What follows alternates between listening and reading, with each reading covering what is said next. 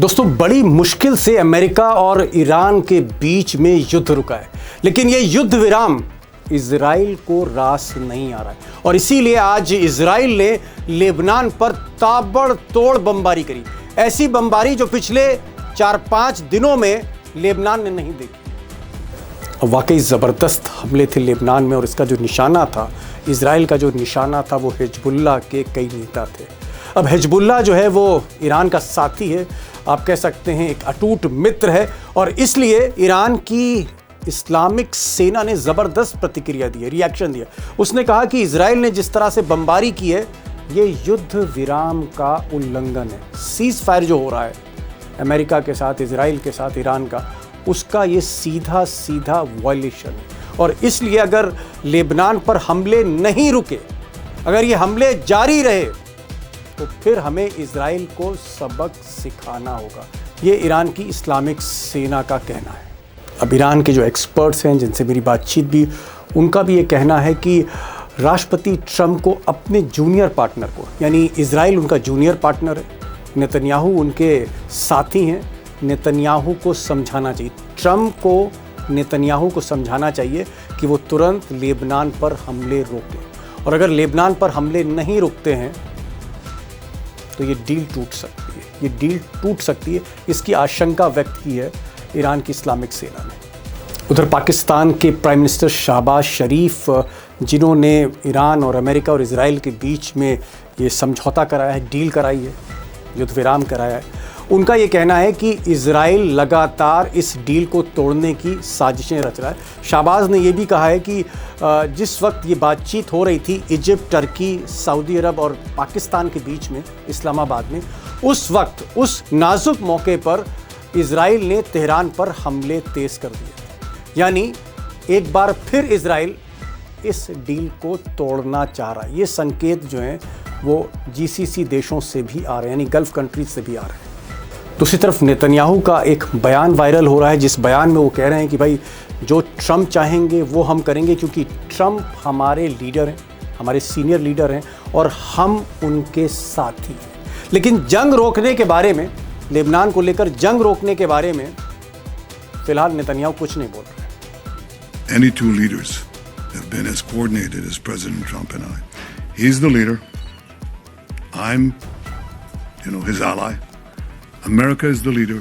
Israel is, as the National Security Memorandum described us, I think a month ago. दोस्तों, जो बड़ा सवाल है वो ये है कि जितनी मुश्किल से ये सीज़ फायर हुई है, ये समझौता हुआ है, मुझे लगता है कि पिछले 10 दिनों से प्रयास होता रहा, उसके बाद कहीं जाके समझौता हुआ है और अगर ये समझौता ईरान और अमेरिका इजराइल के बीच में नहीं होता तो हो सकता है तेल के दाम $200 पर बैरल हो जाते, उससे भी ज़्यादा हो सकते थे और हो सकता है हम और आप तेल खरीद भी ना पाते। इतना महंगा तेल हो जाता, गैस हो जाता, महंगाई बढ़ जाती। लेकिन अब ऐसा लग रहा है कि कहीं ना कहीं इजराइल के इरादे कुछ और हैं। वो इस सीज़ फायर में ही फायर लगाना चाहता है, यानी कहीं ना कहीं वो इस सीज़ फायर की डील को, युद्ध विराम को तोड़ना चाहता है। अब सवाल ये है कि अगर इस तरह के इरादे इजराइल के हैं तो क्या ट्रंप उन्हें रोकेंगे? ट्रंप इजराइल को रोकेंगे? और अगर नहीं रोकेंगे तो क्या फिर ये जो जंग है, बड़ी मुश्किल से रुकी है, फिर शुरू हो सकती है? क्योंकि हिजबुल्लाह को बचाने में या यमन में हूती को बचाने के लिए ईरान कुछ भी कर सकता है। वही कर सकता है जो उसने फ़िलिस्तीन के लिए पिछले साल किया या इस बार किया, जंग लड़ गया सीधे इजराइल से। तो क्या ये जंग फिर से शुरू हो सकती? ये बड़ा सवाल है, मुश्किल सवाल है और इसलिए आज मैंने 2 एक्सपर्ट्स को बुलाया है।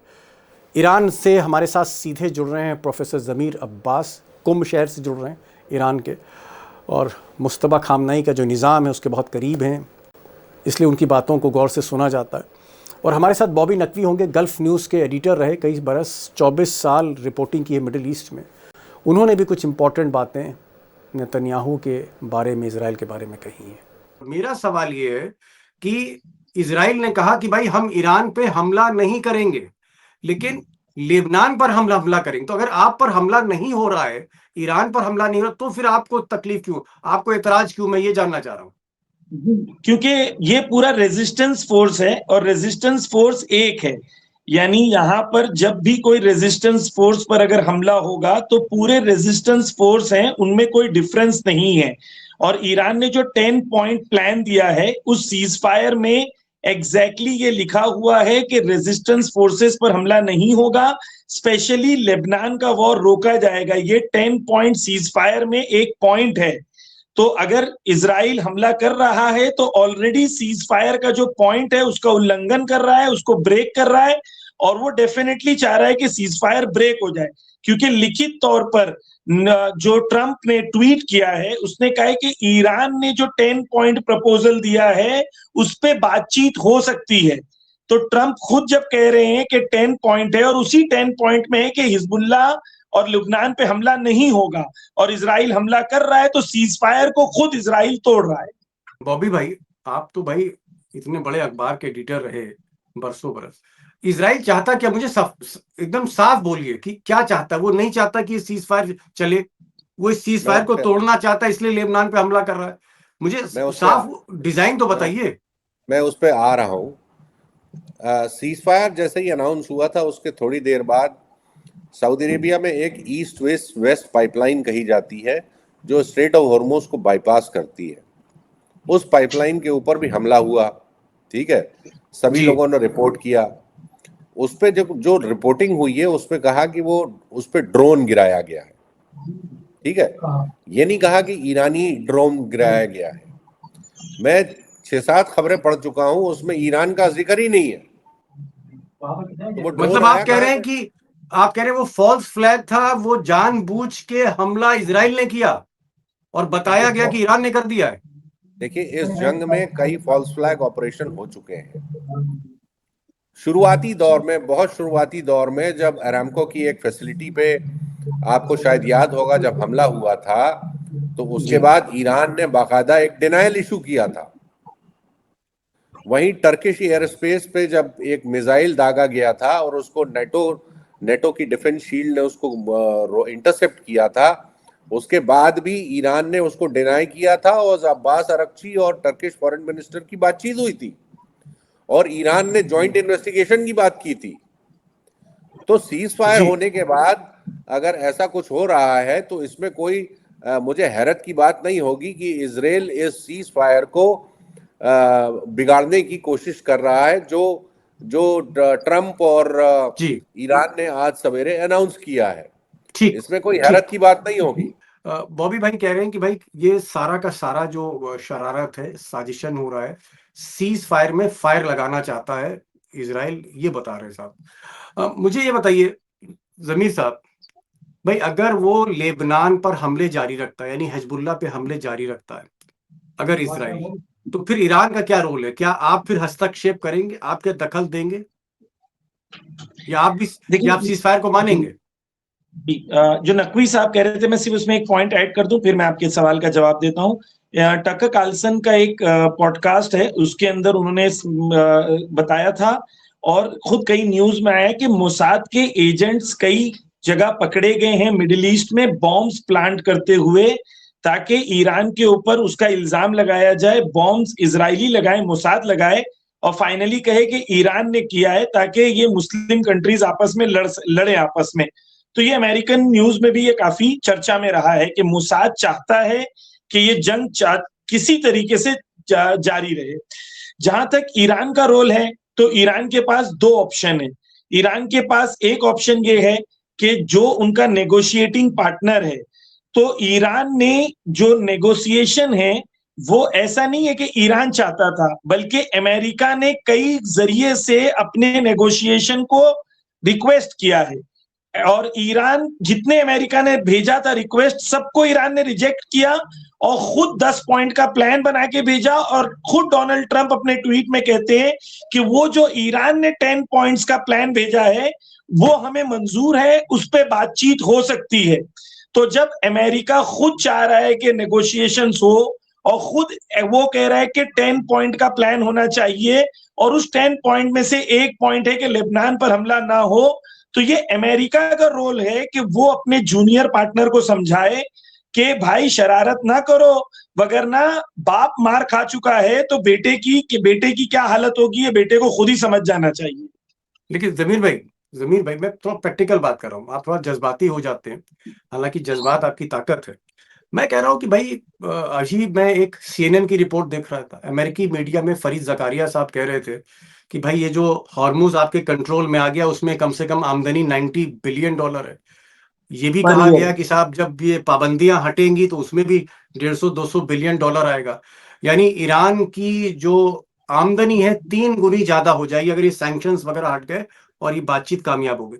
तो जब मलाई मिल रही है, जमीर भाई मलाई चारों तरफ से आपको मिल रही है, तो क्यों आप जो है हिजबुल्लाह के झगड़े में फंस रहे हैं? अरे भाई आपकी मलाई हो गई तो आप क्यों जो है पड़ोस के झगड़े में पड़ रहे हैं? देखें दीपक शर्मा जी, प्रॉब्लम यही है कि ईरान को समझना होगा तो करबला से शुरू करना पड़ेगा, हजरत अली को समझना पड़ेगा, सिद्धांत को समझना पड़ेगा, नैतिकता को समझना पड़ेगा। स्वार्थी ईरान नहीं है। वगरना देखें, मैं आपको थोड़ी सी 1-2 मिनट में हिस्ट्री में समझ 1-2 मिनट लूंगा। 1979 से पहले ईरान जो था वो अमेरिका का बेस्ट पार्टनर था, और हत्ता इजराइल से ज्यादा अमेरिका ईरान पे भरोसा करता था। ईरान में जो न्यूक्लियर प्लांट है वो अमेरिका ने लगाया है, अमेरिका ने बनाया था 1979 से पहले। अगर स्वार्थी बनना होता तो ईरान जैसे ही इनकलाब आया तो इमाम खुमैनी बोलते ये सब सुन्नी है, हम शिया हैं, हमारी अमेरिका से दोस्ती चलेगी, इजराइल से हमें लड़ना नहीं है, उनका झगड़ा सुन्नियों से है। इस्लाम और ईरान ये नहीं है, हमारा दीन जस्टिस पे और अदलो इंसाफ पे कायम है। अगर किसी इंसान पर जुल्म होता है तो ईरान अपनी जिम्मेदारी समझता है कि मजलूम के साथ खड़े रहे, जालिम के खिलाफ खड़े रहे। ये जज्बात की बात नहीं है, ये ईरान की दृष्टिकोण है, ये इसकी आइडियोलॉजी है। तो हमारे यहाँ जी समझ गया। जमीर भाई कह रहे हैं कि भाई चाहे कुछ हो जाए, शिया हो सुन्नी हो इससे मतलब नहीं, जुल्म जिसके खिलाफ होगा उसके खिलाफ अगर हमने कोई बात कह दी है, वचन दे दिया है तो हम निभाएंगे, प्राण जाए पर वचन न जाए, यही कहना चाह रहे जी हैं, प्राण जी जाए पर वचन न जाए। चलिए एक आखिरी सवाल मैं बॉबी भाई पूछना चाहूंगा कि इसका तोड़ क्या है? अगर इजराइल रंग में भंग करता है, इजराइल अगर आग लगाता है, इजराइल इस बातचीत को आगे नहीं बढ़ने देना चाहता है, तो इसका इसका तोड़ क्या है? क्या डोनाल्ड ट्रंप को इजराइल को समझाना पड़ेगा?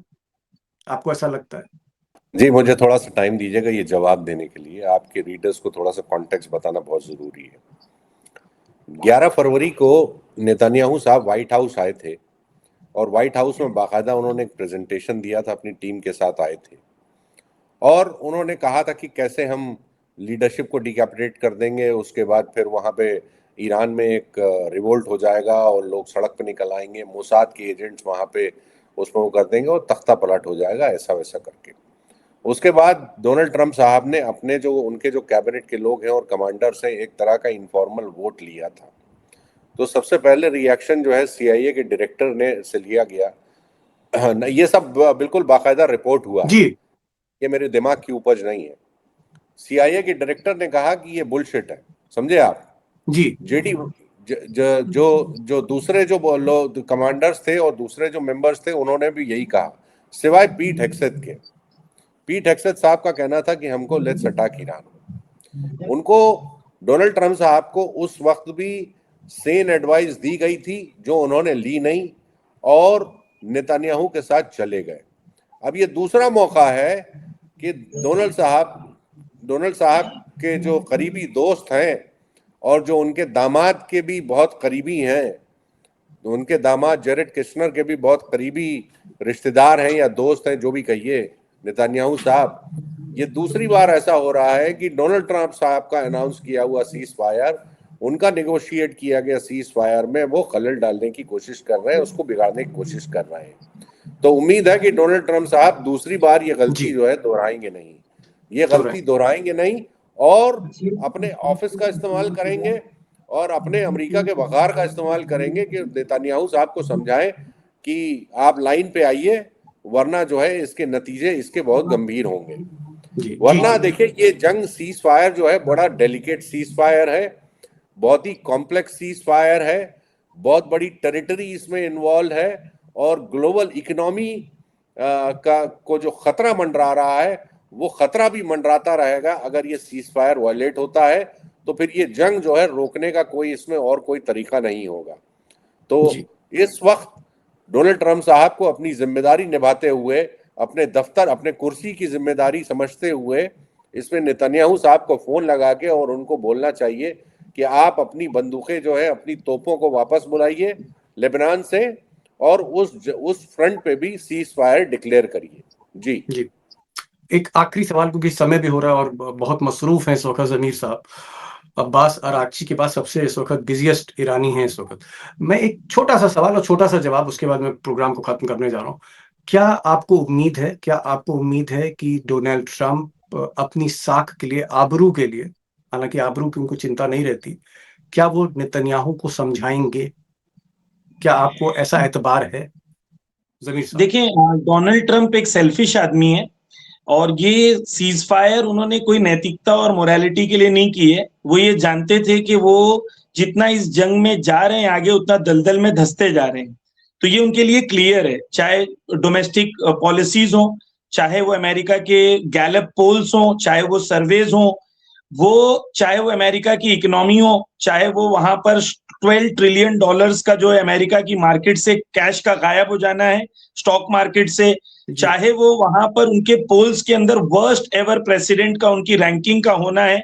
तो ये तमाम जो जंग के एस्पेक्ट्स हैं, वो उन्होंने ईरान से कोई ऐसा नहीं किया है कि ईरान से चाहते हैं नैतिकता के तहत, नहीं, वो फंसे हुए हैं। और अगर वो दोबारा उसी चीज को कंटिन्यू करते हैं जो नकवी साहब कह रहे थे, मिसाल के तौर पर पूरी दुनिया के अंदर दोबारा अगर ऑयल का रेट आज 120 से 85 हो गया है, अगर वो 150 तक चला जाता है तो दुनिया में क्या होगा, पूरी दुनिया की इकोनॉमी का क्या होगा, खुद उनकी रेटिंग का क्या होगा, खुद रिपब्लिकन्स का नेक्स्ट इलेक्शन में क्या होगा। तो अगर वो नेतन्याहू को नहीं समझाते हैं तो जो नुकसान अभी उनको होने वाले थे, वो सीज फायर के टूटने के बाद वही नुकसान उनको होंगे। अच्छा, चलिए एक सवाल का और जवाब दे दीजिए। अगर मिस्टर ट्रंप नेतन्याहू को नहीं समझा पाते तो क्या आप समझा देंगे? मुस्तफा खामनेई समझा देंगे? यही है इसका अंत? फिर आप देखें, समझाएंगे? जो फाइनल ये है कि फाइनल जो बात होगी वो यही होगी कि फलस्तीन और लुबनान वो खुद उनको समझा देंगे, वहां की जनता उनको समझा देगी, वहां के लड़ाकू उनको समझा देंगे। जैसे ही अमेरिका इस वॉर से आउट होगा, यानी इजराइल कोलैप्स हो जाएगा। खुद आईडीएफ के हेड ने कहा है कि हम लोग इस वक्त इंटरनल कोलैप्स की मंजिल पर हैं, 20,000 सोल्जर्स हमारे पास कम हैं। तो इजराइल का एग्जिस्टेंस और इजराइल की फाइट अमेरिका के एग्जिट के साथ तकरीबन वो खत्म हो जाएगी, चाहे वो कुछ भी कहें। रियलिटी इजराइल बहुत वीक पोजीशन पर इस वक्त है। जी, दोनों हमारे पैनलिस्ट बहुत ही आप कह सकते हैं experience. Bobby Naqvi gulf news के एडिटर रहे और प्रोफेसर जमीर साहब जो इस वक्त ईरान से लाइव हैं। दोनों का यह मानना है कि इस सीज फायर में फायर लगा रहा है इजराइल, और बहुत मुश्किल से, बड़ी मुश्किल से ये सीज फायर युद्ध विराम हुआ है और इसमें खलल डालना है, क्योंकि इजराइल नहीं चाहता है कि ईरान और अमेरिका के बीच में निगोशिएशन हो। 2 बार निगोशिएशन तोड़ चुका है। इसलिए अब एक चीज और जमीर साहब ने कही कि अगर लेबनान पर यानी हिजबुल्लाह पर हमले होते हैं तो अंततः ईरान को रोकना पड़ेगा, और बेहतर ये होगा कि मिस्टर ट्रंप जो है वो नेतन्याहू को समझाएं, वरना इस सीज फायर में अगर आग लगी तो फिर ये जंग आगे चल के आउट ऑफ कंट्रोल हो सकती है, बहुत बहुत शुक्रिया जमीर साहब, आप आए इस प्रोग्राम में और आप ईरान से जुड़े, सीधे सीधे जश्न के बीच में जश्न को छोड़ कर आप आए। बहुत बहुत आपका शुक्रिया। बॉबी साहब, आपका भी बहुत बहुत शुक्रिया कि आपने हमें समय दिया। Thank you so much both of you for joining this programme.